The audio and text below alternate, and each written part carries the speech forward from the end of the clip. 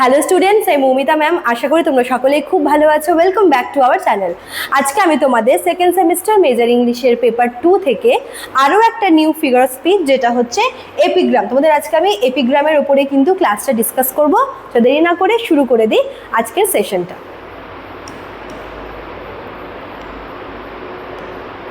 দেখো, ফার্স্টে হচ্ছে আমরা এর ডেফিনেশনটা দেখবো যে এপিগ্রাম কি।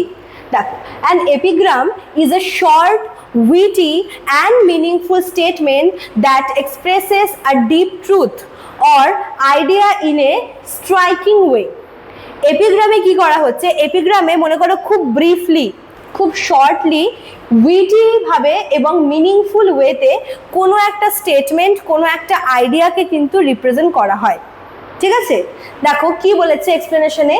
An epigram is brief but powerful. খুব শর্টে কিন্তু বলা হয়, বাট পাওয়ারফুল ওয়েতে বলা হয় কোনো একটা আইডিয়াকে ডেসক্রাইব করতে। ইট প্রেজেন্টস অ্যান ইম্পর্টেন্ট ট্রুথ।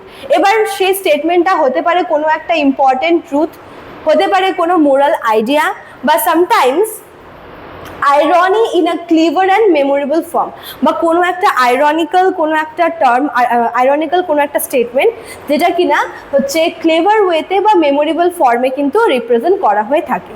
ঠিক আছে, দেখো এবার হচ্ছে দুটো এক্সাম্পল দেখে নাও। কি বলেছে? Failures are the pillars of success. যে ব্যর্থতা হচ্ছে সাফল্যের পিলার। ঠিক আছে, এখানে মানে পড়ার পরে হয়তো লোকে ভাববে যে সাফল্যের সাথে ফেলিয়ারের কি সম্পর্ক, তাই না? বাট যদি আমরা একটু ডিপলি ভাবি তাহলে কিন্তু দুটোর মধ্যে কানেকশন আছে। কিরকম দেখো, this means that failure helps a person learn and improve, which finally leads to success. এটা অ্যাকচুয়ালি বলা হচ্ছে যে ফেলিয়ার মানে ব্যর্থতাই হচ্ছে সাফল্যের চাবিকাঠি। এবার কি, যখন একটা মানুষ বারবার ব্যর্থ হচ্ছে, প্রতিবার ওই ফেলিয়ার থেকে কিন্তু সে কিছু না কিছু শিখতে পারছে এবং নিজেকে আরেকটু বেটার করে তুলতে পারছে।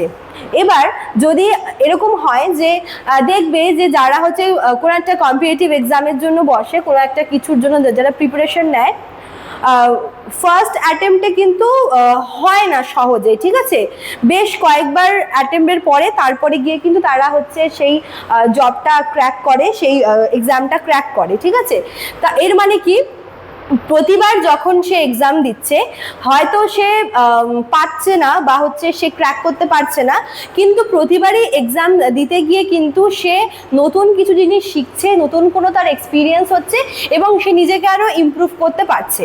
তো কাজে এই জন্য বলা হচ্ছে যে সাফল্যর চাবিকাঠি হচ্ছে ব্যর্থতা, মানে failures are the pillars of success. ঠিক আছে, the idea is expressed in a short and striking way. এখানে দেখো, এমনি অ্যাপারেন্টলি পড়লে কিন্তু আমাদের মনে হবে যে জিনিসটা কিরকম মানে অদ্ভুত বলা আছে, বাট এটাকে ডিপলি চিন্তা করলে কিন্তু আমরা দেখবো যে আসলে ঠিকই আছে। ঠিক আছে, আচ্ছা তারপর দেখো আমরা হচ্ছে নেক্সট এটা দেখবো। নেক্সট যে এক্সাম্পলটা আছে, কি বলেছে? The child is the father of a man. The child is the father of a man. এটাও একটু শকিং মনে হচ্ছে পড়ে, বাট এটারও কিন্তু একটা ডিপ মিনিং আছে। তো কি বলেছে? This suggest that a persons childhood shapes his future character. মানে একজন ব্যক্তি সে তার ছোটবেলায় সে নিজেকে কিভাবে রেখেছে, সে কিভাবে বড় হয়েছে, তার উপরে কিন্তু ডিপেন্ড করে তার ফিউচার ক্যারেক্টারটা।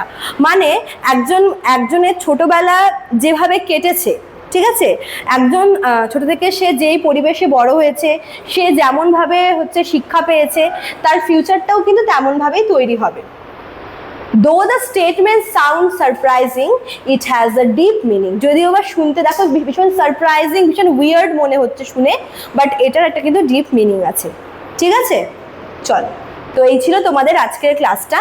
যারা ভাবছো আমাদের কাছে অ্যাডমিশন নেবে তারা আমাদের অফিসিয়াল নাম্বারে কল করে নিতে পারো। আমাদের অফিসিয়াল নাম্বার দেখো দেওয়া আছে এখানে। এছাড়াও কিন্তু এখানে হচ্ছে কোর্স ফিও দেওয়া রয়েছে মেজরের জন্য বা মাইনরের জন্য। আর তোমরা চাইলে কিন্তু আমাদের নোটস তোমরা আমাদের অ্যাপ থেকেও পারচেস করতে পারো। আমাদের অ্যাপের নাম দেখো কর্নারে দেওয়া আছে। চলো, আজকে এতটুকুই থাকলো, দেখা হচ্ছে নেক্সট ক্লাসে। Thank you.